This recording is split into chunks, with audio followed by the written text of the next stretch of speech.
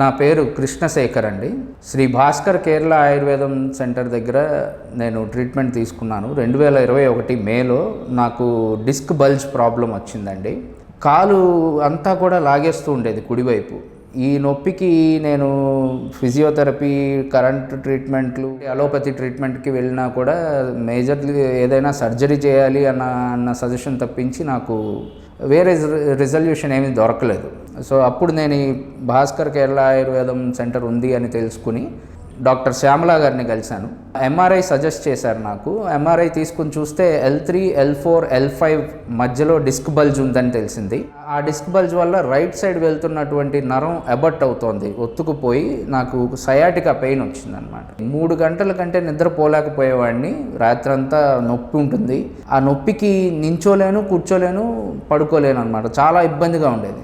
ఇక్కడికి వచ్చిన తర్వాత నాకు కొన్ని మెడికేషన్ ఇచ్చారు, ఆయుర్వేదం మెడిసిన్స్ ఇచ్చారు. ప్లస్ ప్రతిరోజు ఒక 21 డేస్ పాటు కటివస్తి, ఎలకేరి, వస్తి ఇలాంటి ట్రీట్మెంట్స్ ఇచ్చారు కంటిన్యూస్గా. ఈ 21 డేస్లో ఫస్ట్ 7 డేస్ ట్రీట్మెంట్ అవ్వంగానే నాకు చాలా రిజల్ట్ కనపడింది.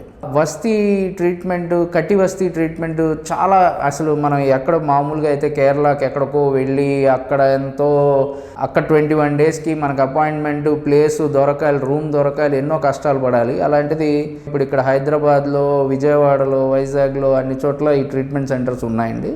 Best treatment. మళ్ళీ నా ఉద్యోగం నేను చేసుకుంటూ, నా పాటికి నేను తిరగగలుగుతూ, రెగ్యులర్ నార్మల్ యాక్టివిటీస్ అన్నీ back to normal. I'm being a common man. Just ఈ సజెషన్ ఇస్తున్నాను, ట్రై ఇట్.